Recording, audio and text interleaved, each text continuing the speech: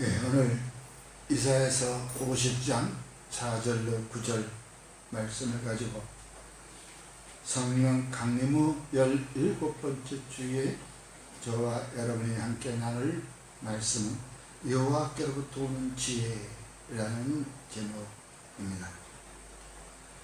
이 말씀을 가지고 저와 여러분에게 주의 은혜가 넘쳐나기를 주의 이름으로 축원합니다. 그렇습니다. 우리가 세상을 살아갈 때에는 여러 가지의 사고를 당하고 있습니다. 그 사고 속에서도 내가 과연 어떠한 생각을 하고 있는가? 내 생각이 옳은 것인가? 아니면 내 생각이 그른 것인가? 이것을 생각할 때가 있습니다. 그러나 여러분, 그 생각을 하기 이전에 먼저 여호와 하나님을 경외하시기를 주의 이름으로 간절히 부탁드립니다. 왜? 성경에는 나와 있습니다. 여호와를 경외하는 것 바로 지식의 근본이다 라고 잠언 1장 7절에 나와 있습니다. 그뿐만이 아닙니다. 잠언 9장 10절에서는 여호와를 경외하는 것이 지혜의 근본이다 라고 말씀하고 있는 것입니다. 여러분, 지식과 지혜, 세상에서 아무리 내가 많은 것을 여호와 하나님으로부터 은혜를 받아서 배웠다 할지라도 그 지식을 깨닫는 지혜가 없을 때는 아무 소용이 없는 것입니다. 소용이 있다 할지라도 그 소용은 세상을 위한 것이지 여호와 하나님을 위한 것이 아니라는 것이죠.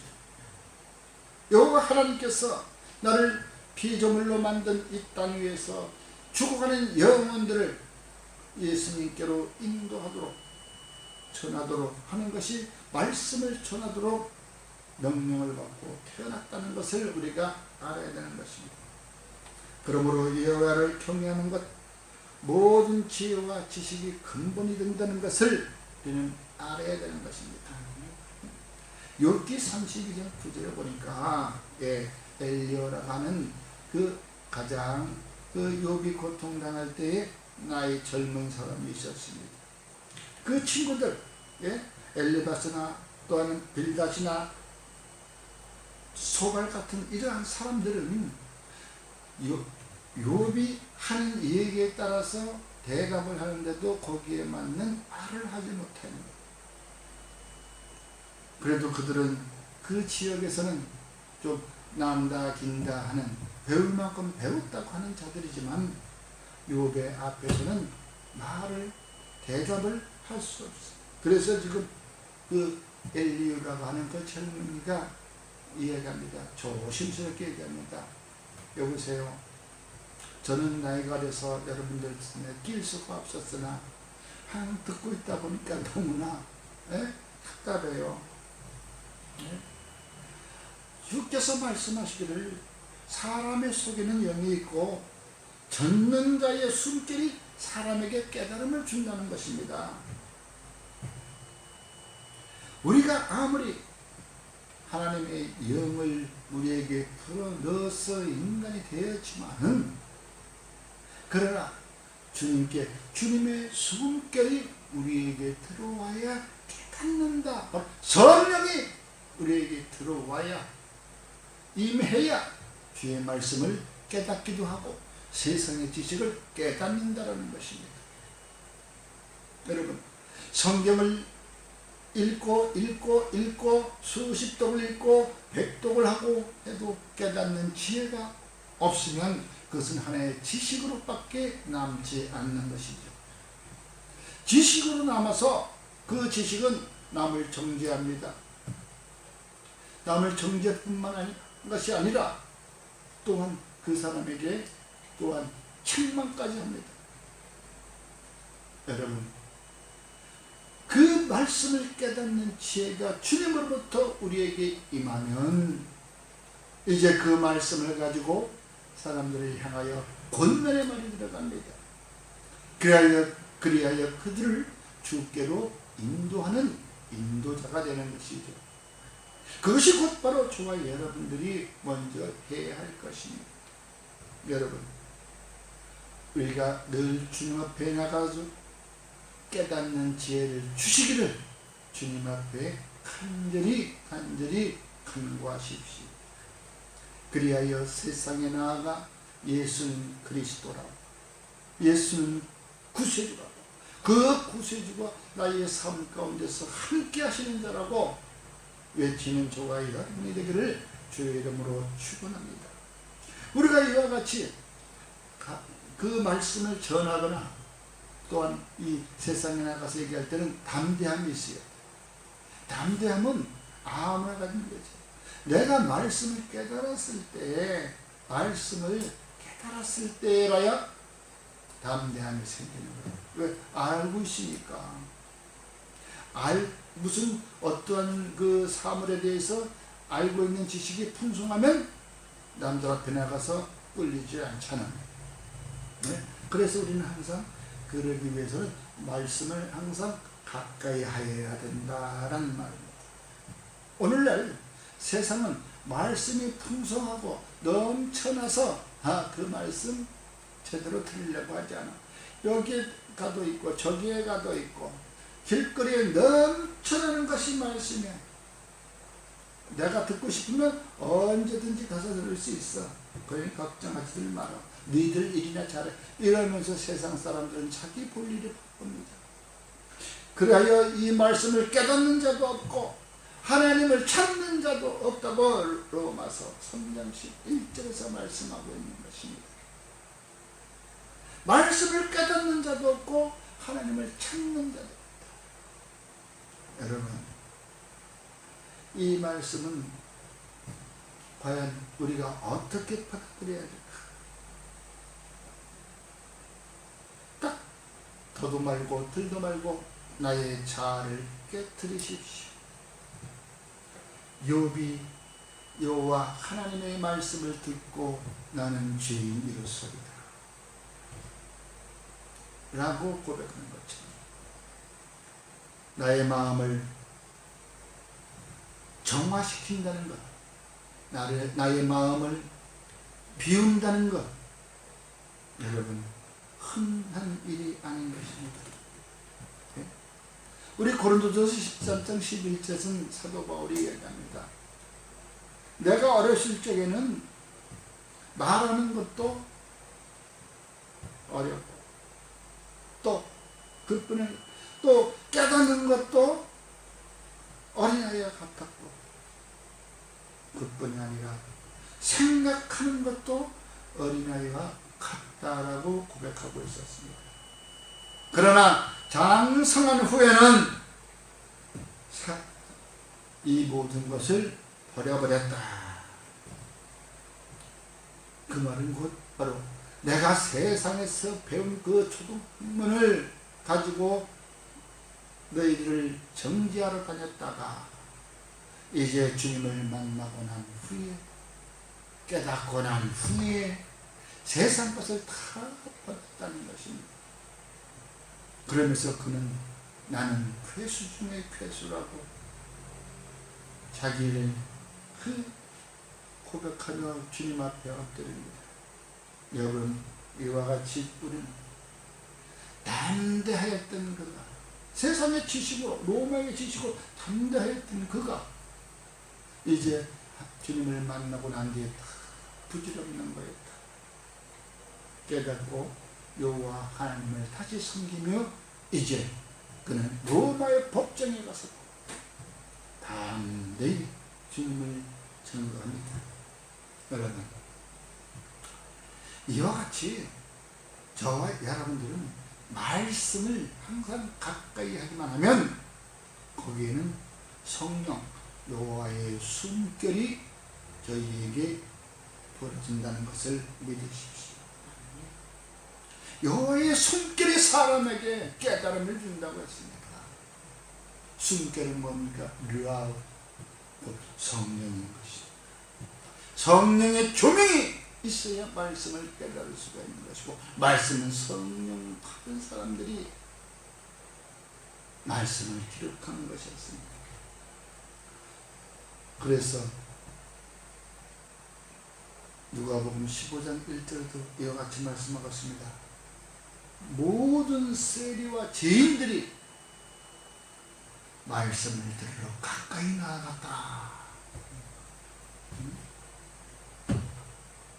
그 말씀만이 나를 살릴 수 있다는, 나의 죄를 용서함 받을 수 있다는 그러한 생각이 들자 그들 모두가 그 말씀을 들으러 가까이 갔다라는 것입니다. 그럴 때 회당장이나 이런 거기에 있던 제사장이나 특권 있는 바리새인들은 저것들이 뭐 하는 거야? 예수가 저 죄인들하고 같이 있네? 같이 밥도 먹네? 식사라고 하는 것은 마음과 마음이 통하는 사람들끼리 어쩌다 이렇게 같은 식사도 하고 그러는 것이지, 전혀 다른 사람하고는 식사 안 합니다. 왜? 식사라는 것은 나의 육의 생명을 살리는 영양가가 되기 때문에 그 영양가를 먹을 때는 항상 생각을 하면서, 체크를 하면서 이것이 나에게 도움이 될까 안 될까 라고 생각하면서 식사를 합니다. 그래서 우리 식사할 때 보면 어디 맛있는 거 있는데 그 맛있다는 거 보면 우리 몸에 좋은 거라고 하면서 먹으러 가자라고 얘기하죠. 바로 그러한 식사 자리에 주님이 세리와 죄 있는 자들과 함께 갔다는 것. 여러분, 말씀을 깨닫기 위해서 우리 씨 뿌리는 비유에 좋은 땅에 씨가 뿌려졌다는 것은 말씀을 듣고 깨닫는 자다 라고 말씀하여 그 결실하는 자가 30배, 60배, 100배의 결실을 얻는다라고 얘기하고 있습니다. 저와 여러분들은 항상 이 마음의 밭을 귀경하여 좋은 밭으로 만들어서 말씀을 받을 때 우리 하나님의 숨결이 함께 임하기를 주의 이름으로 축원합니다. 그러므로 저와 여러분들은 이와 같이 은혜를 받고 난 후에는 여호와 하나님을 찬양해야 된다는 것입니다. 찬양하지 않는 자, 찬양하지 않는 자는 결국은 자기의 이득만 취하고 말겠다는, 오늘날과 같이 배부른 사람들 많이 있죠. 내가 열심히 경제학적으로 작은 것으로 큰 이익을 보는, 그러하면서 그것은 내가 똑똑해서 버는 것이지 절대 남이 아니요. 그러면서 베풀지 않는 것, 토해놓지 않는 것. 여러분, 저와 여러분들은 항상 주님께 감사하고 영광을 돌리며 찬양하기를 주의 이름으로 축원합니다. 다니엘을 보면 그 느부갓네살 왕한테 끌려간 그 다니엘, 그 말씀을 듣고 나서도 그는 항상 예루살렘을 향하여 경배했던 것이 있었습니다. 2장 19절에는 이에 이 은밀한 것이 밤의 환상으로 다니엘에게 나타나 보이매 다니엘이 하늘에 계신 하나님을 찬송하라. 그것뿐입니다. 그 기한이 다 참에 나 느부갓네살의 하늘을 우러러 보았더니 내 총명이 다시 내게로 돌아온지라. 이에 내가 지극히 높으신 이에게 감사하며 영생하시는 이를 찬양하고 경배하였나니 그 권세는 영원한 권세요 그 날은 대대에 이르리로다 라고 고백한 것이 있습니다. 다니엘에게 꿈 해몽을 하고 난 후에 느부갓네살은 고통을 당합니다. 그 백성들한테 쫓겨납니다. 그러다가 다시 그는 자기 나라를 찾습니다. 또한 그 자기를 따르는 그 신하들까지 합하여 그 왕궁으로 다시 돌아와 옛날의 영광을 누립니다. 그래서 그는 그때에 바로 여호와 하나님께 다시 영광을 돌리며 찬양했다는 것입니다. 거기에 첫째 먼저 나올 것이 감사였습니다. 감사가 없는 은혜가 없습니다. 감사가 있는 죄사함. 죄사함을 받는 자는 먼저 그 입에 감사가 나옵니다. 그리고 나의 죄를 용서하여 주시고 사하였으니 하나님께 영광을 돌립니다. 물질로도 영광을 돌리고 몸과 마음과 뜻과 생명을 다해서 영광을 돌리고, 그러므로 그 입술은 바로 증명하는 것은 찬양인 것입니다. 하나님께 감사하지 않는 사람은 찬양이 안 나옵니다. 하나님께 감사함이 있는 사람은 늘 찬양이 나옵니다. 콧노래로 찬양이 나옵니다. 늘 기쁨이 넘쳐나는 것입니다. 이와 같이 찬양은 저와 여러분에게 기쁨을 가져다 주는 것을 믿으시기 바랍니다. 찬양은 곧 음률이 있는 제사다, 예배다라고 얘기하고 있지 않습니까? 여러분, 목자들이 아기 예수께 경배하고 돌아갈 때도 찬양하며 돌아갔습니다. 이 찬양은 시편 기자가 너무나도 많죠. 온 땅에 영원히 찬양하라. 주께 경배하고 영원히 찬양하라. 영원히. 온 땅이여 주께 경배하고 감사하며 노래로 찬양하라. 그와 같이 저와 여러분의 삶 가운데서 찬양이 넘치는 삶, 찬양이 흘러나오는 삶, 이 삶은 바로 여호와께로부터 나오는 그 지혜를 얻기에 부족함이 없는 사람인 것입니다.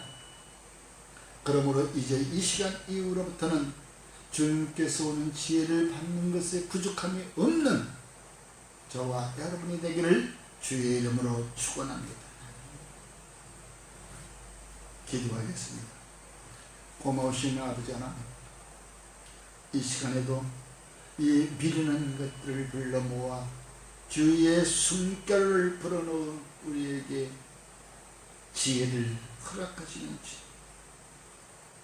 주님께서 마가의 타락방에 오셔서 내가 너희에게 평안을 주노라 하면서 숨을 불어 넣어주신 것, 성령을 불어 넣어주신 것, 그 일로 이 제자들은 담대함과 지혜가 넘쳐나 주의 말씀을 전하는데 조금 더 부족함이 없는 주의 제자로 거듭났음을 고백합니다.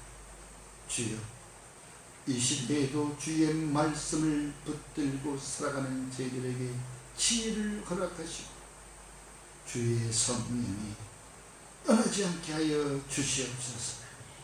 예수님 이름으로 감사하며 기도드렸습니다. 아멘.